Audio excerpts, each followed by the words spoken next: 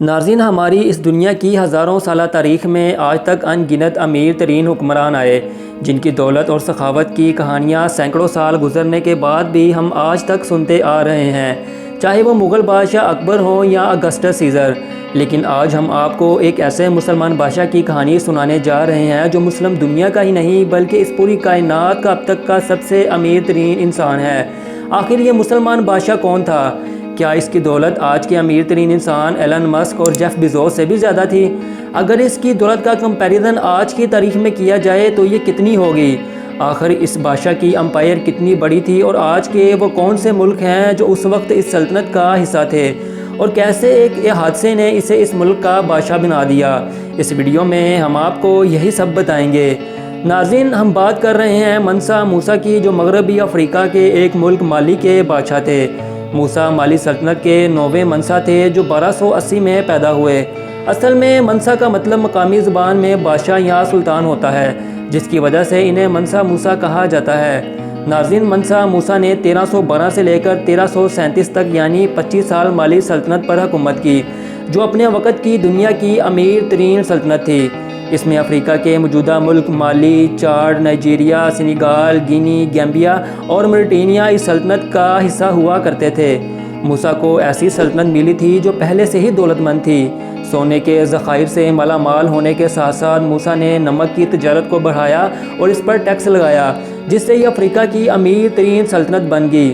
موسیٰ کے والد کا نام فگالی تھا۔ فگالی ابو بکر کا بیٹا تھا جو سنجاتا کے بھائی تھے۔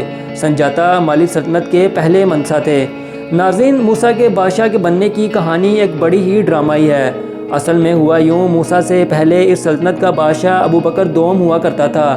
ہسٹورین ابن فضل اللہ، جنہیں العمری کہا جاتا ہے، ان کے مطابق موسیٰ نے انہیں بتایا کہ ابو بکر نے بحر اوقیانوس کے پار جانے کے لیے 200 کشتیاں تیار کیں کہ آیا یہ معلوم کیا جا سکے کہ سمندر کے اس پار کیا ہے، اور جاتے جاتے موسیٰ کو اپنا ڈپٹی مقرر کر گیا۔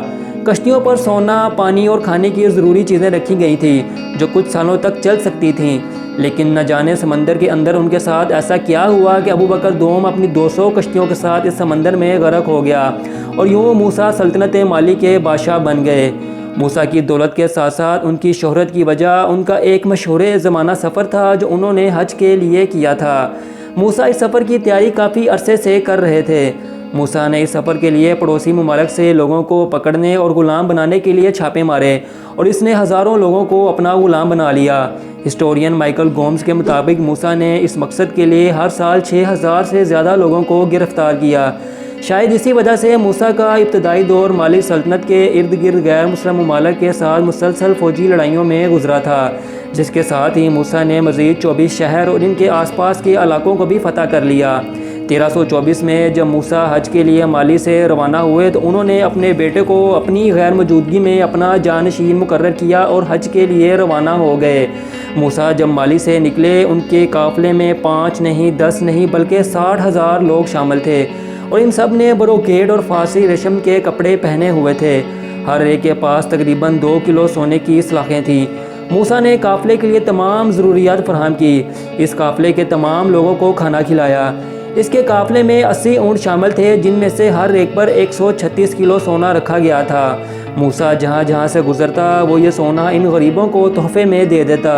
اسی دوران موسیٰ جمعے والے دن جس علاقے میں ٹھہرتے وہاں ایک مسجد بھی تعمیر کروا دیتے۔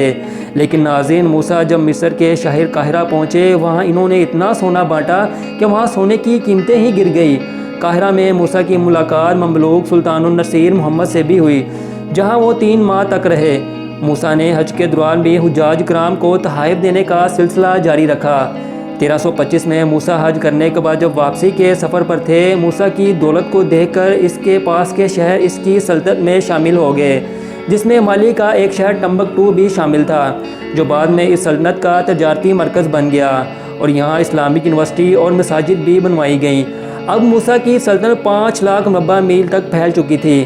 اپنے عروج پر مالی سلطنت تقریباً 400 شہروں پر مشتمل تھی۔ اس عظیم الشان سلطنت میں اس کا ہر شہری خوشحال تھا، لیکن آخرکار 1337 میں منسا موسیٰ کا انتقال ہو گیا۔ جس کے بعد ان کی سلطنت ان کے بیٹے نے سنبھال لی، لیکن وہ موسیٰ کی طرح اس کی حفاظت نہیں کر سکے۔ 1460 تک مالی سلطنت خانہ جنگیوں میں پھنسی رہی اور اس سلطنت کا زوال شروع ہو گیا اور یہاں تجارت بالکل ختم ہو گئی۔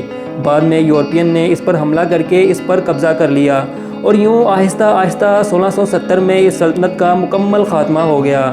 ناظرین، اگر موسیٰ کی دولت کا کمپیریزن آج کے دور میں کیا جائے تو آج کے امیر ترین شخص ایلن مسک اور جیف بیزوس کی نیٹ ورتھ کو کمبائن کیا جائے تو ان کی دولت 407 بلین امریکی ڈالرز ہے، جبکہ صرف منسا موسیٰ کی نیٹ ورتھ 400 بلین امریکی ڈالر تھی۔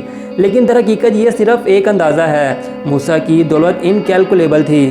700 سال گزرنے کے بعد آج بھی مالی میں موسیٰ کی بنوائی گئی اسلامک یونیورسٹی اور مساجد موجود ہیں جو منسا موسیٰ کے دور کی یاد دلاتی ہیں۔ تو ناظرین، کیسی لگی آج کی ویڈیو؟ امید ہے آپ کو پسند آئی ہوگی۔ آپ اسے لائک اور شیئر بھی کریں گے۔ مزید ایسی ہی دلچسپ ویڈیوز کے لیے ہمارے چینل کو سبسکرائب بھی کر لیں۔ ملتے ہیں کسی نئی ویڈیو میں۔